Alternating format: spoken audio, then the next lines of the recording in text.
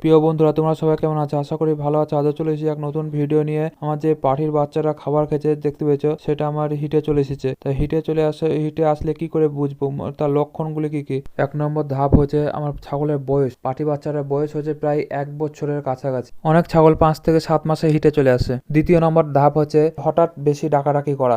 আগে যেমন ছাগল ঠিক থাকে, কোনো ডাকাডাকি নাই, কিছু নাই, কিন্তু আমার এই ছাগলটা ব্যতিক্রম। কোনো কারণে, যে কোনো কারণে ডাকাডাকি করে, কিন্তু আমরা বুঝতে পারি না যে ডাকাডাকিটা কিসের কারণে করে। আজকে যেমন বুঝতে পারা গেল যে হিটে চলে এসেছে, তার জন্য প্রচন্ড হারে ডাকাডাকি করছে। খাবার খেয়েছে, খাবার খাওয়ার পরেও ডাকাডাকি, পেট ভরা আছে তাও ডাকাডাকি করছে। তৃতীয় নম্বর ধাপ হচ্ছে লেজ খুব লড়াবে, প্রচন্ড হারে লেজ লড়াবে। তখন বুঝতে হবে যে ছাগলটা হিটে চলে এসেছে। তেমন এর আগে কখনো এরকম আচরণ দেখিনি আমি ছাগলের। আজকে ছাগলটা প্রচন্ড হারে লেজ নড়াচ্ছে এবং ডাকাডাকি করছে। 4 নম্বর ধাপ হচ্ছে খাবার কমে যাওয়া। স্বাভাবিক তুলনায় খাবার কম খায় বা খেতে চায় না, কিন্তু আমার ছাগল এরকম কোনো আচরণ আমি বুঝতে পারি না। কারণ আমার ছাগলের যখনই খাবার দেবেন তখনই খাবার খাবে এই ছাগলটা, কিন্তু বুঝতে পারি না খাবার কমিটা আমি বলতে পারবো না। অনেকের অনেক রকম ছাগলের থাকে, কিন্তু আমার ছাগলের সিমটম আমি বুঝতে পারি না সেরকম খাবার দিক থেকে। 5 নম্বর ধাপ হচ্ছে ছাগলের অস্থির ও ছটফট করে, মানে এক জায়গায় দাঁড়াতে পারে না, ঘোরাঘুরি করে, তারপর তোমার ছেড়ে দিলে এদিক ওদিক চলে যায়, তখন আবার খুঁজে বেড়াতে হয়, এরকমও হয়। 6 নম্বর ধাপ হচ্ছে